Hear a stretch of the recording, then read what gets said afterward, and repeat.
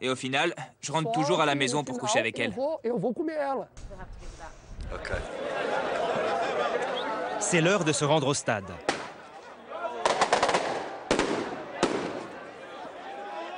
C'est reparti. Heureusement pour lui, Danny est entouré par des membres du Gérald. Je suis escorté par des gros bras. Il enfile un maillot de Grêmio et pénètre dans l'arène.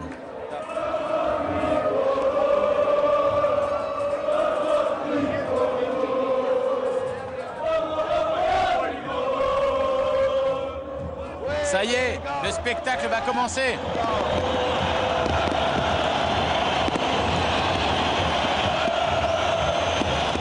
On le conduit au beau milieu des gradins. Il a l'impression d'être Moïse, les leaders du COP lui frayant un passage dans la foule.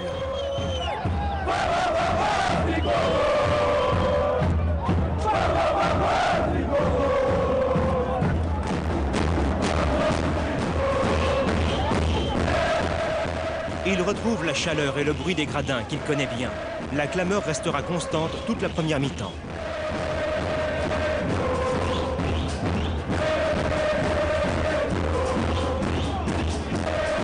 Danny essaie de garder un œil sur le terrain, parce que les supporters de Grêmio ont une façon bien à eux de fêter les buts de leur équipe.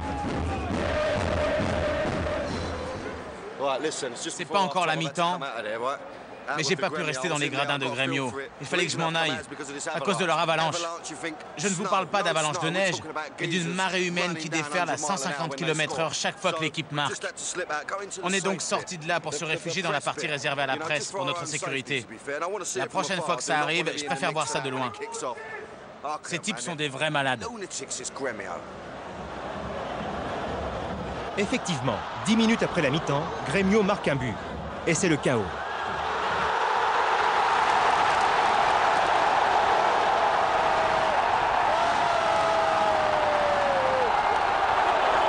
Effectivement, vous voyez ce que je veux dire? Je voudrais pas être là-bas.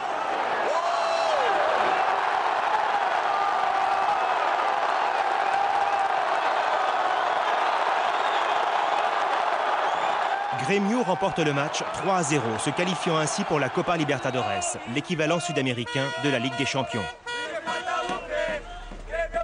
Mais la saison n'a pas été aussi heureuse pour tous les clubs de supporters. À Sao Paulo, le dernier match de la Tache Verte ne s'est pas soldé par une victoire. Ils se rendent à Rio pour un match sans enjeu, mais le trajet est plus que chaotique.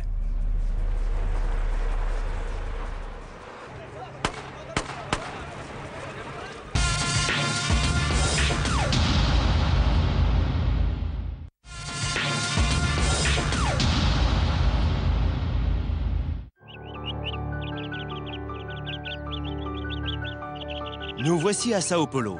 Il est 7 heures et nous sommes devant le QG de la Tache Verte. Ils se préparent à leur dernier déplacement de la saison. Un voyage de 6 heures les attend jusqu'à Rio. Le bus est censé être plein, mais tout le monde n'est pas là. Rafa, le tatoueur de la Tache Verte, est déçu. Bien sûr qu'on est déçus. Les matchs à Rio sont toujours dangereux. Ce dernier match n'est pas important et du coup, personne ne s'est pointé. Rafa ne rate jamais un déplacement. Comme nous l'a confié sa sœur, il a manqué le vin d'honneur de son mariage pour assister à un match amical de Palmeiras. Elle était folle de rage. Toute ma famille au mariage se demandait où j'étais passé.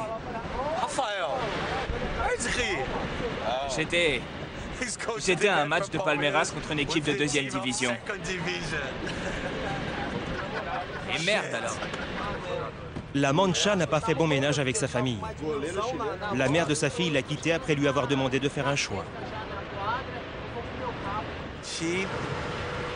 Elle était malheureuse. Elle avait peur. Et elle est partie en emmenant ma fille. Elle s'appelle Isadora. C'est dur.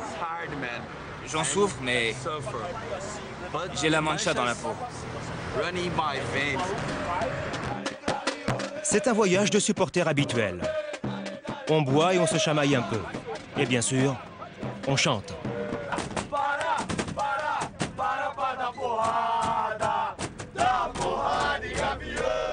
Mais le danger existe.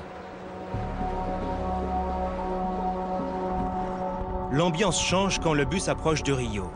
Des groupes de supporters rivaux pourraient les attendre. La Tache Verte n'est pourtant pas une cible pour leurs adversaires du jour, Fluminense. Le problème ne vient pas des supporters de Fluminense, mais de ceux de Botafogo. Leurs adversaires de Rio les ont prévenus. Ils ont promis de nous tirer dessus.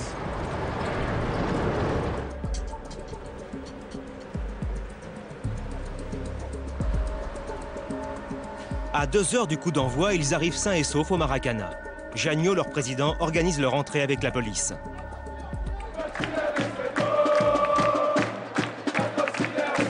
Le match lui-même n'a rien de palpitant. Il n'y a aucun enjeu et les membres de la Tache Verte ne cherchent pas la bagarre. Ils sont là pour supporter leur équipe.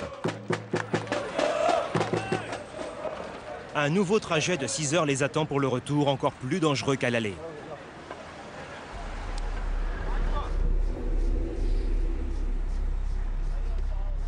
Tous leurs adversaires savent où les trouver. Il n'y a qu'une route qui relie Rio à Sao Paulo. Le danger est réel. La police les escorte pour sortir de la ville, car cette saison, ils se sont fait tirer dessus à 2 reprises.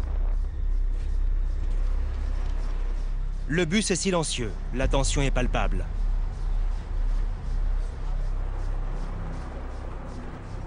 Après 15 longues minutes, le bus sort de Rio et la police les abandonne. La police est partie. C'est maintenant qu'on pourrait avoir des ennuis.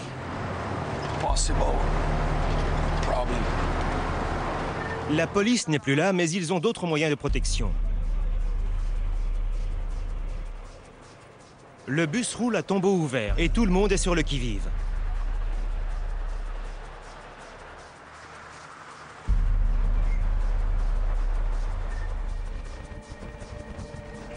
Plus il s'éloigne de Rio, plus la tension retombe. Il ne semble plus en danger. Quand soudain...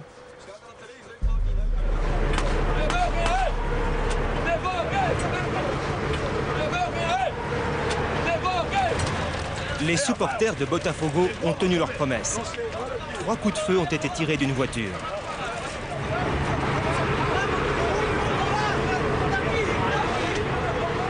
Je vous le dis, je l'ai échappé belle. J'ai entendu la détonation et je me suis penché en avant. Les balles m'ont frôlé. J'étais là, penché en avant, et j'ai senti le souffle du tir.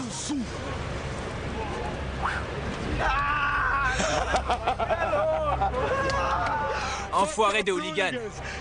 C'est un putain de problème au Brésil.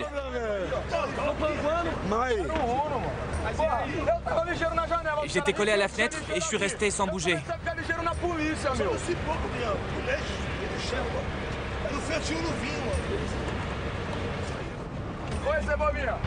La voiture suit toujours le bus. S'il le faut, ils répliqueront. La voiture est tout près. Attention.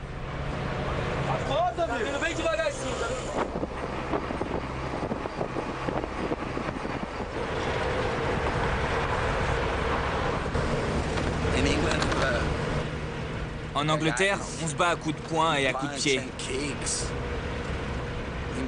Au Brésil, c'est à coups de feu. C'est dingue. Par miracle, personne n'a été blessé. Mais il s'en est fallu de peu pour Rafa. On a visé ma fenêtre. Je suis sous le choc. J'ai failli mourir. Cette saison, la Mancha se sera donc fait tirer dessus 3 fois. Des incidents similaires ont souvent lieu partout dans le pays, sans que la police soit au courant. La guerre fait rage entre les cops brésiliens. D'autres martyrs vont mourir pour la cause. J'ai failli mourir sans dire au revoir à ma fille.